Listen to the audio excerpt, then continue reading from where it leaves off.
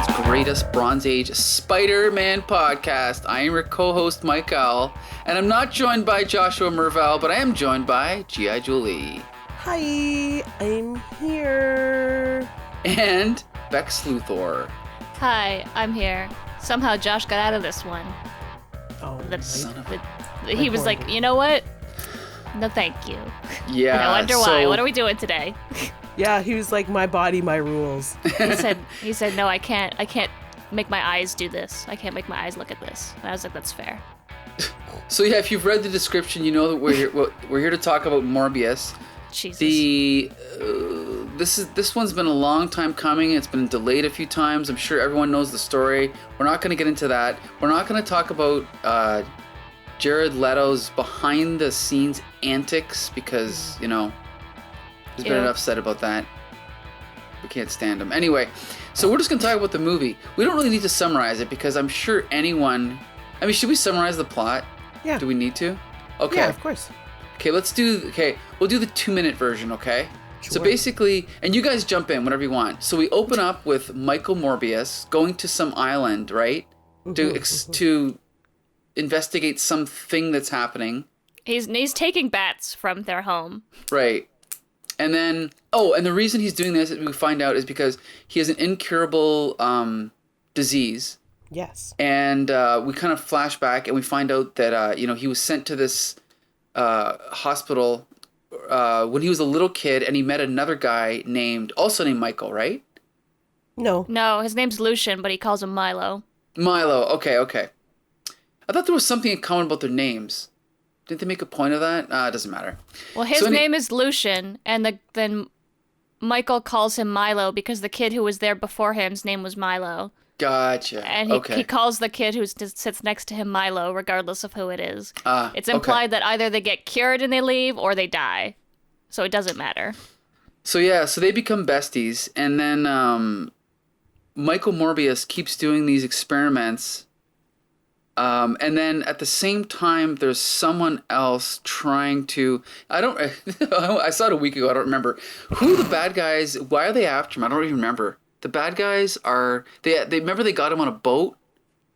Or they're driving the boat. Michael Morbius is on the boat, but why are the bad guys? They're not bad guys. So Milo is a billionaire, right. And Michael Morbius wants to do his experiments to experiment on himself to cure his blood disease, but he can't do it on government soil for some reason. That's right. Because it's illegal. So they go to international waters. So Milo hires all of these goons because they're criminals, right? To take the boat out so Michael and what's her name? That's probably important to know. What is her name? Martine. Can do this experiment on him in international waters. So they're just there because they're just hired goons. And they're not explicitly there to kill Michael Morbius, but then, unfortunately, he turns into a vampire and then starts eating them. Right. So he kills everyone on the boat except for the girl, right? He leaves the girl alive. Well, Martine is his girlfriend. Yeah, that's what I mean. But he kills everyone else. Yeah. Yeah, and because so then she tries to get he's turning into a vampire, and the guys with the guns are like, get out of my way, and he shoves her, and she gets knocked out on a console and in a coma somehow. Right. And then so that pisses off vampire Michael Morbius, so then he has to kill everybody. Right. And then as the movie goes on, it's kind of one of those things where he ends up going to jail, and then Michael Morbius, or Milo, visits him in jail and leaves him. And basically it's one of those things where Michael Morbius is getting accused of all these murders, and he's in jail. Milo comes to jail and leaves him a bag of blood. But then he leaves, and that's when we realize that Milo is also a vampire, right? You skip the part where Morbius figures out his vampire powers and he jumps off the wall and stuff, right. And then Milo comes to visit him and he's like, wow, you're cured, give me the cure. And instead of being like, no, it turned me into a bloodthirsty vampire, this is bad, he goes, no, you can't have it, it's a curse. Mm-hmm. And then Milo steals it anyway. Right. And takes it and becomes a vampire. Right. He becomes a vampire, which is kind of a twist because, well, it's supposed to be a twist anyway. So then we realize he's a vampire, and then eventually, what's his name? That's later on. That's when he gives him the bag of blood. That's when Michael Morbius breaks out. Michael Morbius tracks down Milo and confronts him, right? And they have that fight. And then, is that the one where it makes its way to the subway? It's the rest of the last 20 minutes of the movie is the vampire fight. Right, yeah, okay. Subway, city, same thing, whatever. Oh no, Right. and then like he makes a poison to kill him at one point, right? He steals a money counterfeiting laboratory. Like I forgot about that. Yeah, that's right, because he's at a coffee shop and or whatever, and he sees someone using a counterfeit bill, so he follows that guy into like the underground thing. And then confronts them and beats the shit out of it. Doesn't he kill them all? Oh no, he just spooks them. Okay. I don't remember though. Why does he follow them? He needs the lab to make More. Poison to kill Milo? Yes. Because Milo's an evil vampire and he's killing people to become powerful. Whereas Morbius is not an evil vampire, even though he has definitely killed people. Yeah. Like this movie. It's an anticoagulant, which is like blood 101. Because he thinks it'll stop Milo now that he knows that he's a vampire. And it'll also help him because he can't control his like thirst for blood. So he wants to also cure himself. Even though he's cured himself by making himself a living vampire. Oh boy. Whatever. So basically, they end up fighting again. Morbius defeats Milo, right? Yes. With bats. With bats. With bats. With a power he's never had in the comics and will never have. And then that's the end. Yeah. Well, I mean, it's so. Martine is also a vampire. Right. Oh, that's right. She becomes a vampire too, right? Mm-hmm. I don't There's remember. also like this weird C plot. Do they only hint at Martine, or do they explicitly show that she's a vampire? Her eyes turn red. So it's one of those like, Sequel. Sequel teases. Ooh, can't And then wait. there's a secret ending that we'll talk about later. We'll save that for later, okay? What's the C plot you were talking about? I don't remember, Jilly. Oh, the C plot where the actual living vampire Tyrese Gibson plays an FBI agent. Yes! Yes! With a cybernetic arm that you never see. Yeah. And these agents, like all good supernatural thriller action films, are chasing the supernatural threat and never catch them, and their plot never, it never resolves. They just run around the city creating a third obstacle for our protagonist. Like it doesn't make sense why the C plot shouldn't exist, I should say. But Tyrese is awesome. So it says here all scenes with his high-tech weapons-grade arm were cut, but he has signed a 3-picture deal, so he will be playing Stroud in the future. yes, I mean, what an awesome choice. But what a strange way to introduce them. Like they get introduced, I get it, the FBI. When the body count goes up, the FBI gets involved. So the FBI is involved, but then once the FBI is involved, they're literally just chasing their tails. They're chasing bats through the city, and that's it. They don't really do much with it. So, Which is unfortunate because those two are the only reason you would ever need to watch this movie is those two cops. Because everyone else in this movie sucks. yeah, let's just... And or does not want to be there. Well, I'll just say I watched this movie in a theater, and this is the first time I've seen a superhero movie where I was really bored. Like, I've seen some bad superhero movies, like the original Suicide Squad and whatever. But I was usually entertained to some degree. Like, there was something for me to watch. This movie, I was looking at my watch. It was so boring. Yeah. It was so dreary. It was so lifeless.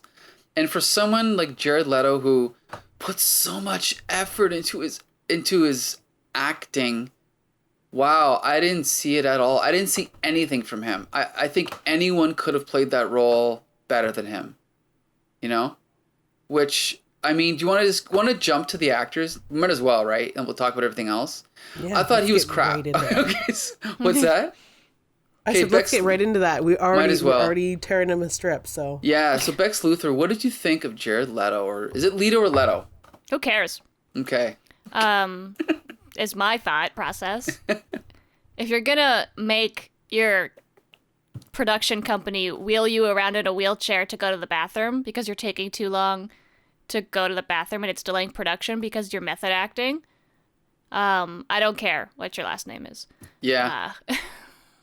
So when I left the theater, my partner was like, so, like, has Jared Leto been in other things besides this and Suicide Squad? Like, is this his first, like, movie? Because he's not a good actor. And I was like, no, he's been acting for, like, a decade and a half. Longer. Yeah, 2 decades. Yeah. I'm like, well, he was in 30 Seconds to Mars, and then everything went downhill from there.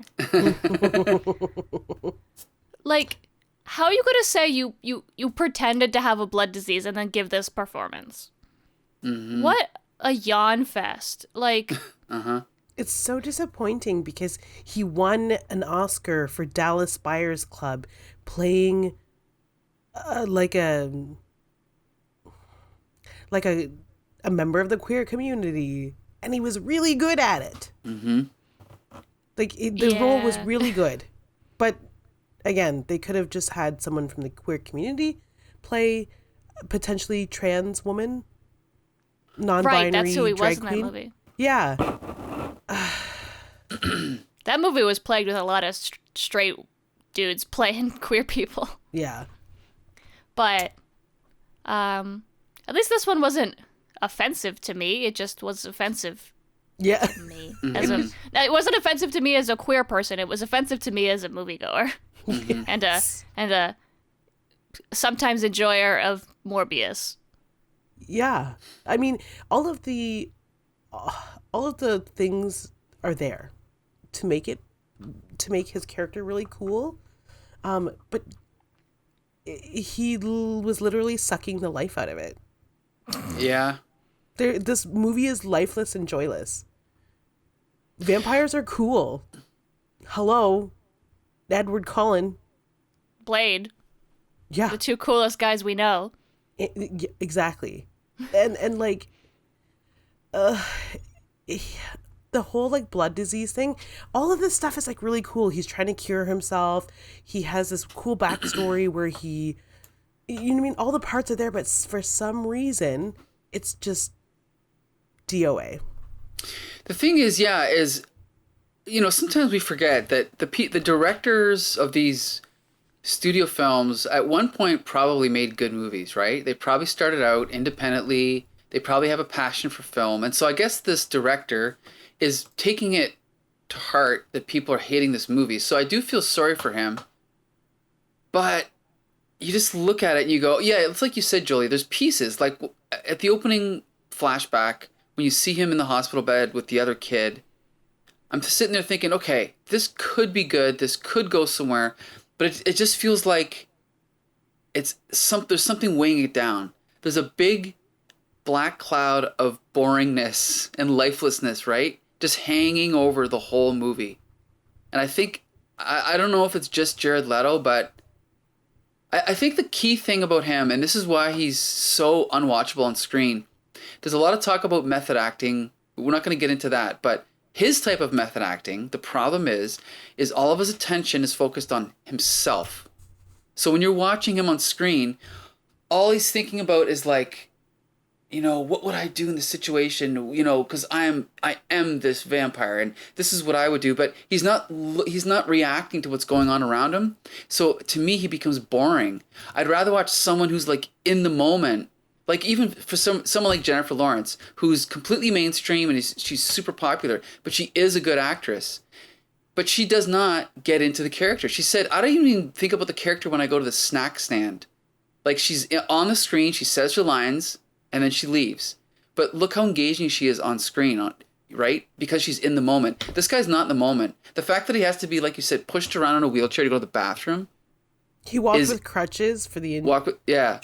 If I was a director, I would have in my contract, I'm not working with someone who has to stay in character for the 6 weeks of shooting. That's just idiotic. But anyway. That's all I have to say about him. There's one scene where it's very obvious that he is so just inside of himself, is when him and Milo are they go for a walk for some reason. They go for a walk to the park. And Matt Smith is talking to Morbius, and Morbius is talking to the camera. Yes. It's like so obvious he's reading his lines, and Matt Smith is like bouncing off of him, and it's just not. It's like he's hitting a brick wall, and I feel so bad for Matt Smith to have to, because I know Matt Smith works great as like he's the doctor, Right. right?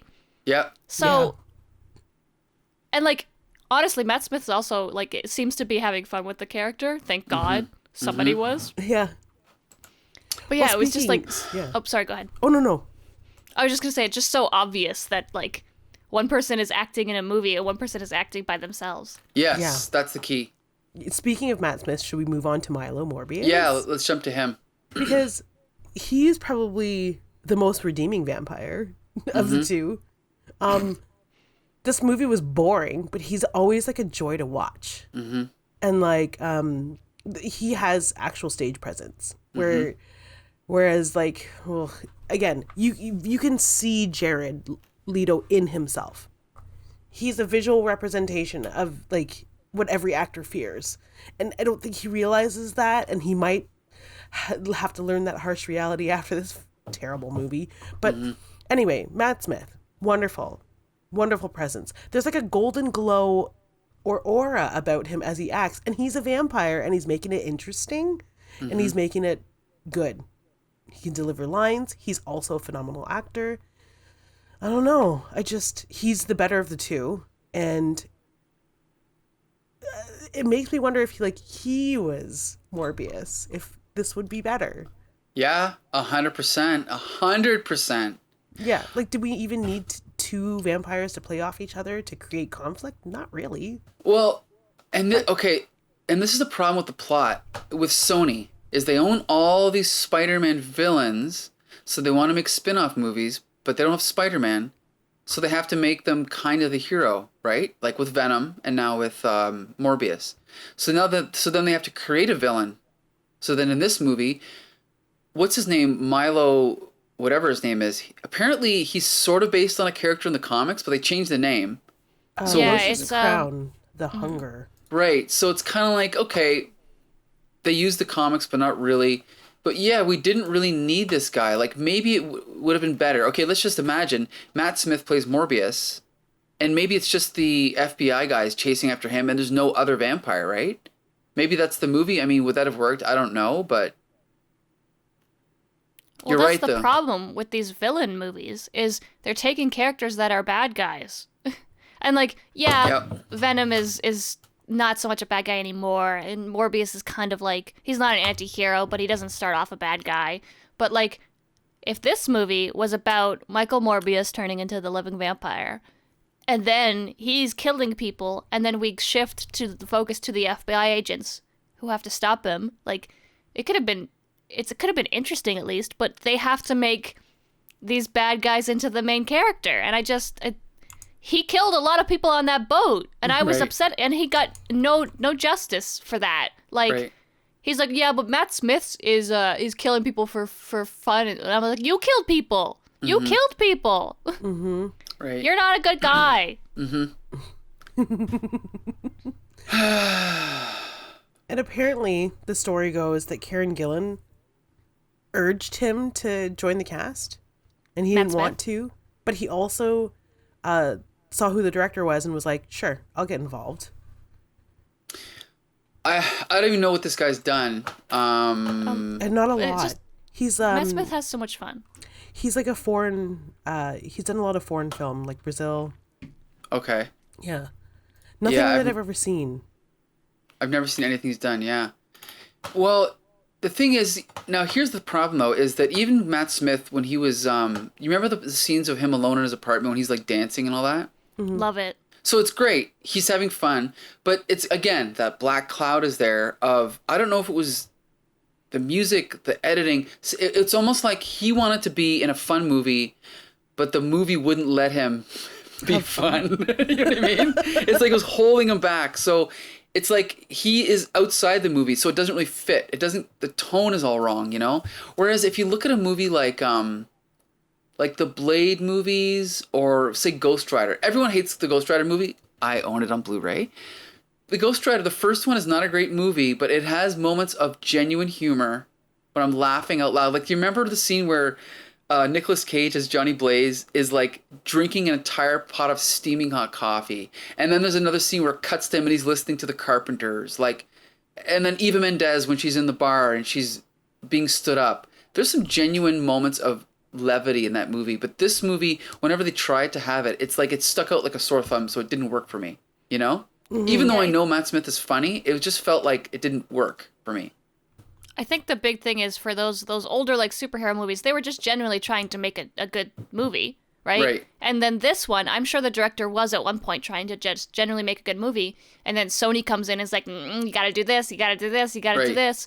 And like, whose decision was it to have a vampire movie have no blood? Like, there's blood in bags, but that's it. You know, I wonder if this goes back to...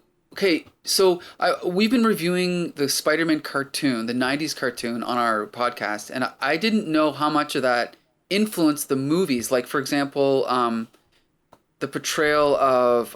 I can't even remember at this point. It might have been Blade, where I realized, this character, the supporting character from the movie, is actually from the cartoon. So if you remember... his look, right? His aesthetic from the cartoon? And right, yeah, because in the comic he was like in like a green trench coat and like red sunglasses. Yeah, just a British man. Right. And then they were like, nah, black trench coat. And then the movie was like, yeah, Wesley Snipes. So, but also that's where they couldn't show Blade or they couldn't show the other vampires. Am I mixing up stories? They couldn't show Morbius biting necks and sucking blood, so he sucks it out of his hands. Right. So, but was it also bags of blood in that? Okay. It's like life essence. Plasma. So maybe that's where they kind of got the idea for this. Instead of showing him on their necks, maybe they're like, well, we'll just have him drinking out of these bags. But like, there's not like a lot of blood in this movie. It's like the only vampire movie that's like PG-13. Right. Which is, again, way more. It's like, we know there's an audience for vampire movies. So if you own the rights to a vampire, why don't you just make it a vampire movie, right? Yeah. Make a horror I don't film. get it. Make a thriller. Right. Could you imagine Matt Smith as an unhinged foil to a vampire trying not to be a vampire? Like, that would have been awesome. He could have been so scary if that character that like he's never been able to like have fun and then now he is just fully embraced in this this like greedy just having everything. So like he could have been scary. But okay, here's an example. This is what it reminds me of. You guys are familiar with the whole Dark Universe debacle, right? The Dark Universe Cinematic Universe. The Duke, yes. Where they signed 25 actors to 3 pictures each. You know, they had a double-page spread in magazines, and then they launched the whole universe with The Mummy starring Tom Cruise. And it tanked so badly that the entire thing imploded and no other projects ever came out of it, right? But then what they did was they said, well, we still have the rights to all these characters, so why don't we give The Invisible Man to a director that actually knows how to make good movies? Now, did you guys ever see The Invisible Man with Elizabeth Moss? No, I won't. Elizabeth Moss. It's really good. Yes, it's excellent. Because he just meant, no, I'm just going to make a good movie. Now, if you took that exact quality of movie and applied it to Morbius, of course, yes, Morbius would not be a hero. He'd be the bad guy. But at least you could go, okay, well, Morbius terrorized these people. It's almost like it's like Friday the 13th or Halloween. Mike Myers killed these 25 teenagers, and now I'm going to go see the sequel so I can see him kill 25 more teenagers. That's what Morbius could have been. He could have just been a guy that just killed people. And there's your movie, right? Why not? Yep. Because Sony can't market that to everybody. That's the problem, is this movie should have been about Martine. She should have been the main character. Mm-hmm. But then you can't call it Morbius the Living Vampire and sell it 1 million Morbius toys and then have fucking Vulture at the end. Like, but I think that would have been an even more interesting movie if you had her be the main character, and she's like, oh, this scientist that she's fallen in love with has asked her to help him cure his disease, so she's helping him, and he turns into a a monster and she still loves him, but he's killing people, and maybe she tries to figure out how to cure him and she can't, and it's and then he turns her into a monster because he doesn't want to lose her. Exactly. Oh, you're right. That's the movie I want to watch. And then that's the fan fiction dream, is like your monster boyfriend makes you immortal now. Right, because now we have like a situation like Halloween where it's Carrie Strode, Jamie Lee Curtis, or Nightmare on Elm Street, you have Nancy, or any of those horror franchises, there's usually a woman who's the protagonist and the bad guy's the antagonist, and she's the one. Or even like Ripley in Alien, she's the one that knows. I'm the only one that knows how to kill him, or I'm the only one that knows how to deal with him. And maybe no one ever believes her, right? And she's got to get like people on her side to believe her. That would have been that could have been a franchise. But it's like you said, Becca, maybe the first movie would have only appealed to $100 million worth of people, but then maybe it could have built from there. But now they're like, no, we have to appeal to everybody. And so now no one likes it, right? It appeals to no one. Because there are little bits and pieces, like if we want to keep going with characters about Dr. What's her last name? Martine Bancroft. Yeah. Bancroft. She's right? Great. There are little bits and pieces which denote that she's devoted her whole life to her job. She doesn't have friends. She doesn't have family. She has a cat. Like that could have been a character to be super explored upon as a main character in this movie. And her, like Morbius, she starts off with like maybe he's trying to not eat people, and then eventually turns to a full bloodthirsty. Because I liked her. Yeah. I thought she was interesting. Yeah. I didn't like how they just put her in a coma for a good chunk of the movie. Mm-hmm. From hitting her head, because, yeah. But I loved her interaction with the police where she was, like, not giving up anything. Like, her character was very interesting. She was very loyal and very focused. But she was Morbius's girlfriend, unfortunately. Mm-hmm. Yep. So that's pretty much, we all agree that Adria Arellano was great as Martine Bancroft. She should have been more the focus of the film. There's really no one else of note to talk about. There's the FBI agents, who cares? There's all these other characters, who cares? They're all faceless to me. I like the FBI agents. I thought Tyrese Gibson, obviously, love him. And, what was the other guy's name? Al Madrigal. Mm-hmm. I was like, oh my god, I used to stay up late to watch him on The Daily Show all the time. I love him. He's super funny. And that could have injected like a different kind of energy into this horror film, but they didn't do it. Right. You could feel that they were trying to do it. Yes, exactly. You're right. You could see them trying, but the movie... Yeah. And I do also... sorry. We're still talking about the FBI agents, but... Yep. Go. I wanted to talk about Jared Harris. Wait, he was... He was the guy that ran the... Or he was the doctor. He's the doctor that ran the facility. He's helping Milo and Michael. Emil... Dr. Emil Nicholas. He played my favorite character in Mad Men, Lane Price. He's such a good actor. Again, a waste. Just like Al Madrigal, just like Tyrese Gibson. A waste of a role. This film could have been so much better. If this film was a true horror movie, that scene where they're they were arrested, Michael Morbius and Al Madrigal puts the holy water in front of him, that would have been so funny. Right. And also very it was too funny of a joke for the movie, and I didn't laugh because I was like, oh, okay, this is tonally weird. That's exactly it. Whenever something like that would happen, like with the holy water, I'm sitting here going, am I supposed to be laughing? Is it supposed to be funny? And you're right. It's like they got the tone so wrong. It was frustrating. I bet you that the actors... Because a lot of times actors, they'll do a movie like this and they'll be like, oh, I thought it was going to be terrible. And then they'll see the final cut and they'll be like, oh, no, it was actually pretty good. Because you can't always see what the director's vision is. And I bet you these guys were like, oh my God, this is going to be so good. We were so funny on set. And then they go and see the premiere and they're like, what the hell happened? What did you do? Oops. Roll for initiative. Yeah. 3 critical. Because, I feel like Tyrese Gibson and Al Madrigal, those two as, a buddy cop duo in, an MCU Marvel movie, be amazing. And I'm so sad that they're not in the MCU and they're in Sony's weird Venomverse. So we've kind of already spoiled it, but let's talk about the post-credits sequence so the first mid-credit sequence, we get a little reference to the multiverse thing. Then all of a sudden, Adrian Toomes, which is the Vulture, played by Michael Keaton, appears in a jail cell. And then he's like, I hope the food's better here. Wah, wah, wah. Joke written by Ben Stiller, right? How do you know where you are? Yeah, you don't know that. Exactly. Like, how do you know? Oh, I must be in another universe. So then we cut to, it's so fucking stupid. We cut to like news footage of like, criminal or, a man suddenly appeared in a jail cell, blah, blah, blah. And empty like, for days. Yeah, like, what? And why would he appear in a jail cell? Like, why wouldn't he just appear like by the side of the lake somewhere? It's just idiotic, eh?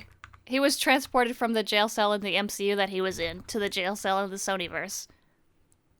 Yep. I guess. Okay. So then.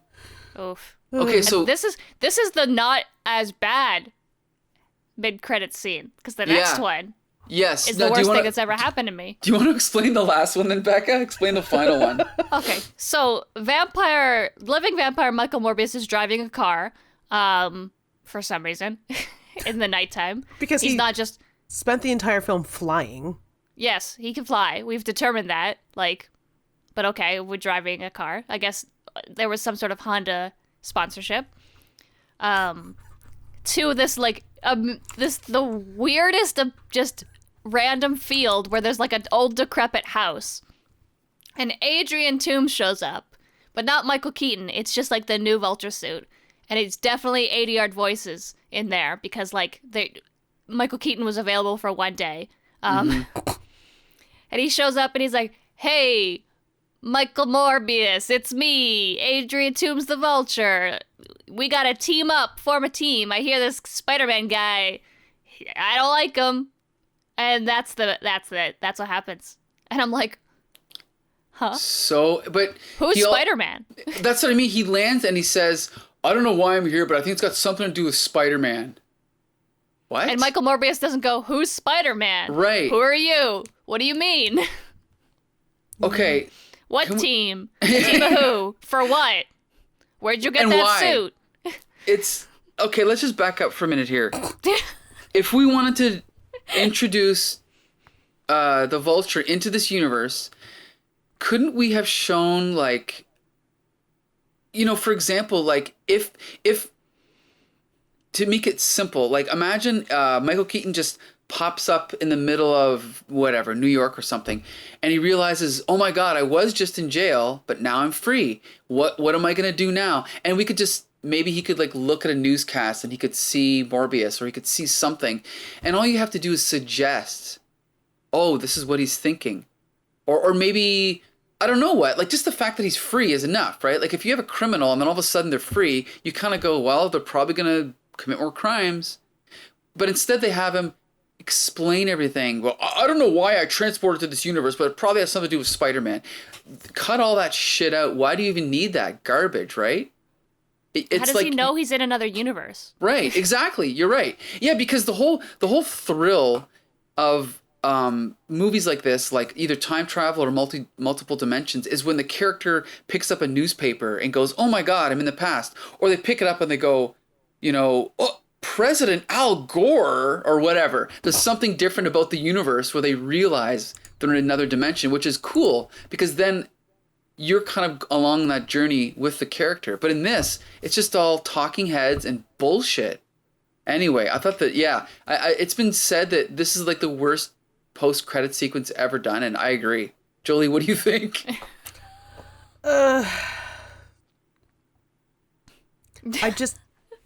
She's speechless. I've never been angry. Right. When I watch these things, and I was hurt and angry. I feel it. It's bubbling. I'm still mad about it.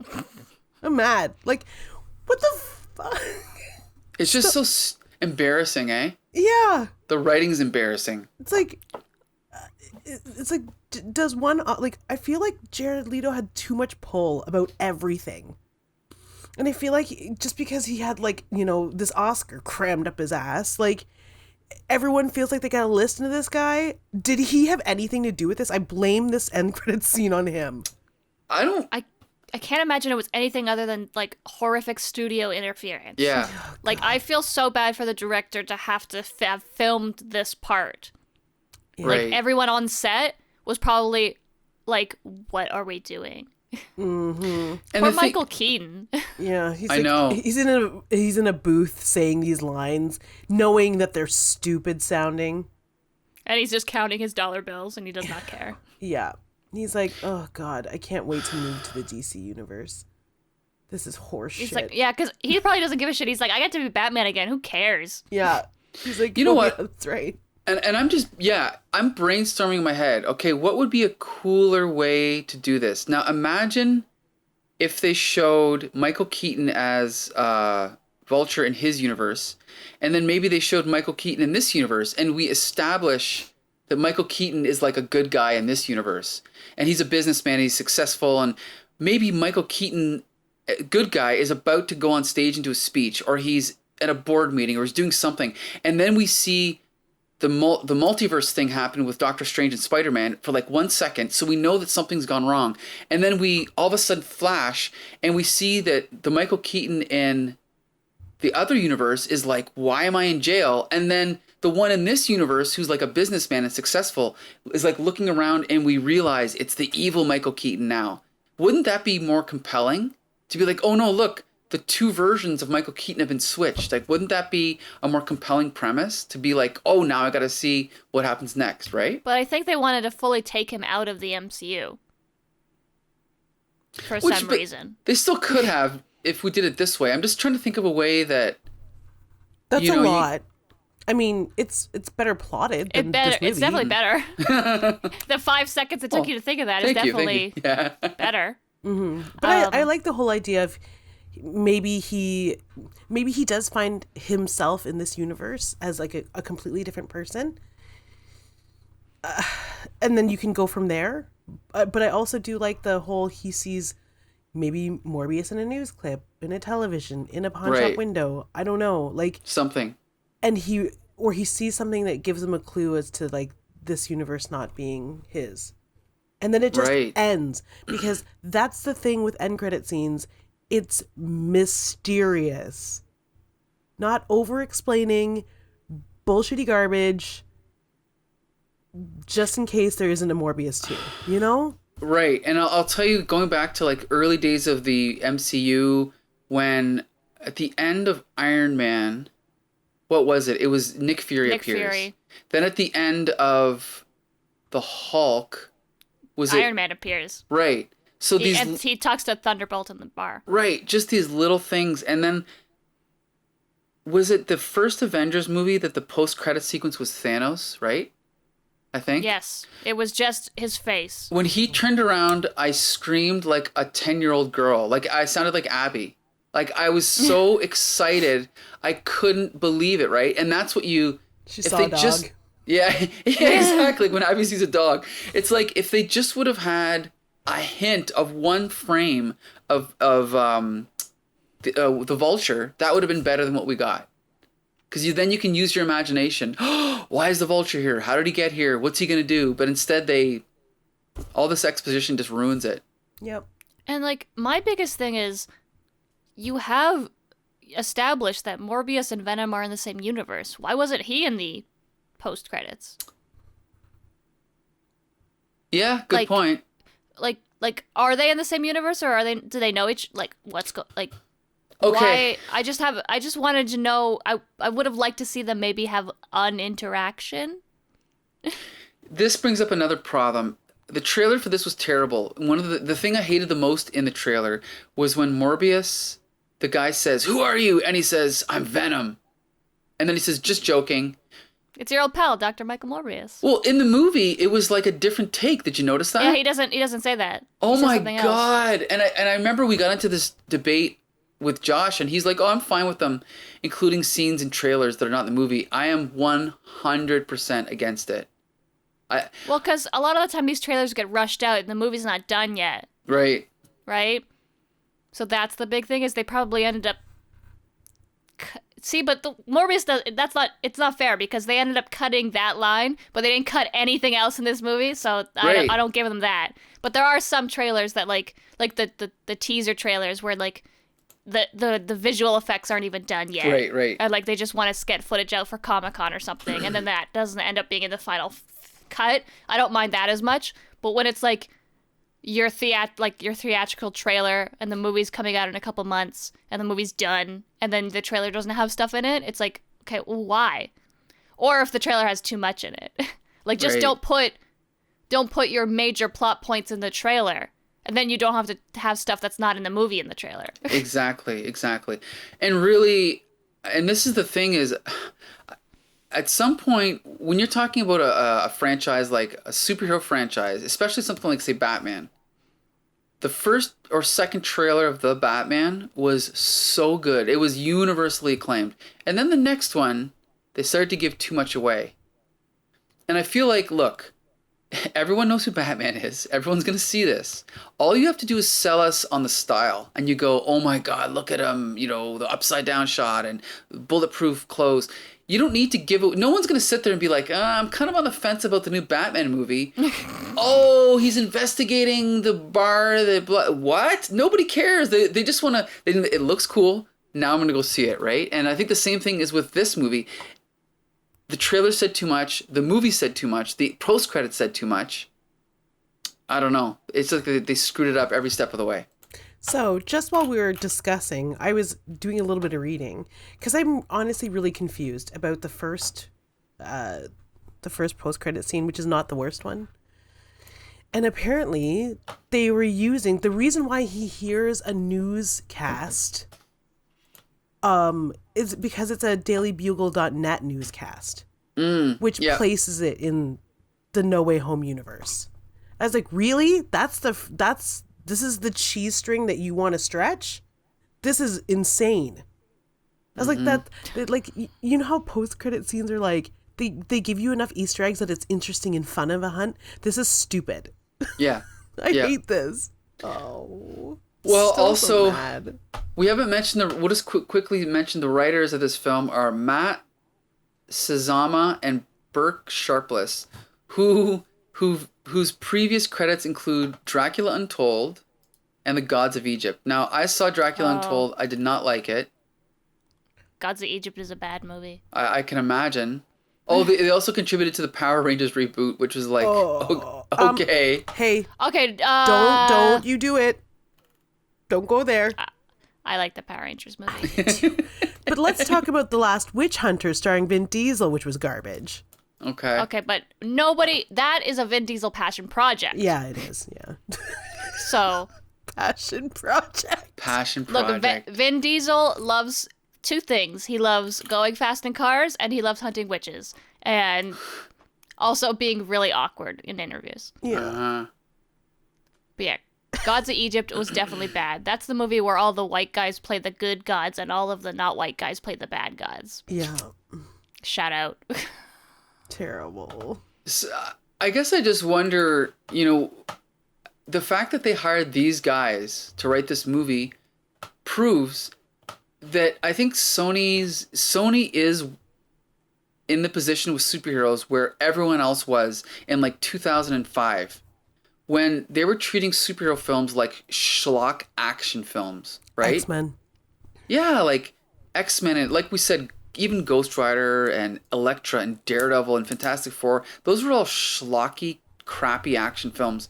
It wasn't really until, it started, Spider-Man was good, and then Batman Begins was Christopher Nolan, and then the MCU started, and it kind of went from there, but Sony is stuck in 2005. They're still making shitty, schlocky action crap, and it's their own fault, they can hire any writer in the world they want, and these are the guys that we got stuck with, so it's partly their fault too.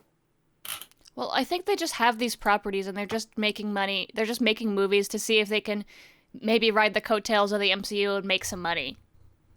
So like, what was the budget on this was $75 million? Which isn't, for a blockbuster, is not that much. No, especially compared to other superhero movies. Mm-hmm. Like, I think they're just trying to. It's like a cash grab, but like, at least with the MCU, like it started off with Kevin Feige and everybody wanting to make good movies, and I mean, like, they still make good movies, but like, it didn't start off. It wasn't like, let's make the Justice League and make $1 billion, right? It was like, let's make some superhero movies. Mm-hmm. And then, all of a sudden, now we're making $1 billion. Mm-hmm. Yeah, because I don't think Morbius was anyone's passion project. No, you're right. Yeah, the key thing with Iron Man was it was a good movie, and it was a hit.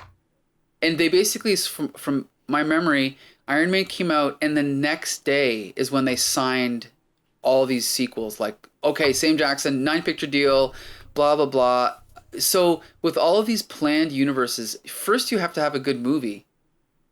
You know, you start with that. You can't start with the Mummy.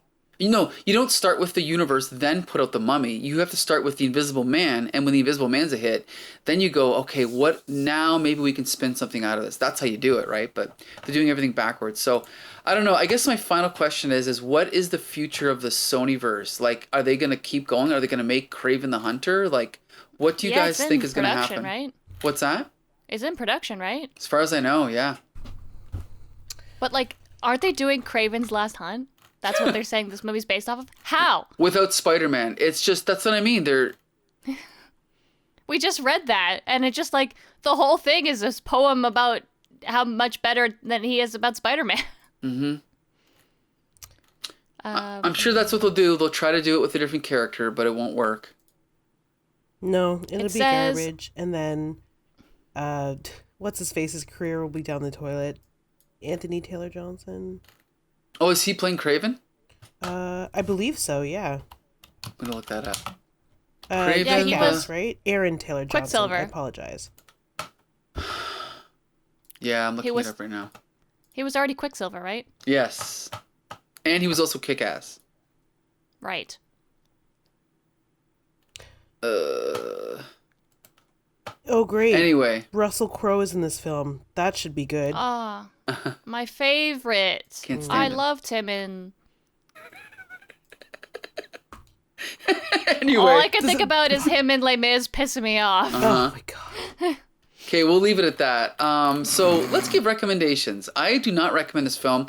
Like I said, I'm going to put this in the realm of... I'm not even going to put it in the realm of the 2005 Fantastic Four. I'm going to put it in the realm of Fan-Four-Stick, as people call it. Yeah.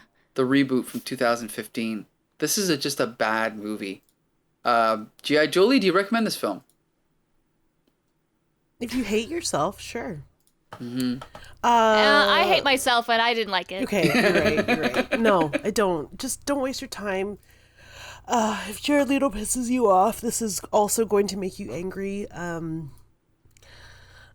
my God. Don't even convince yourself that the other actors in the film are worth your time, because they know that even you should not support them in this endeavor. Don't watch this movie. It's terrible. Bex Luthor.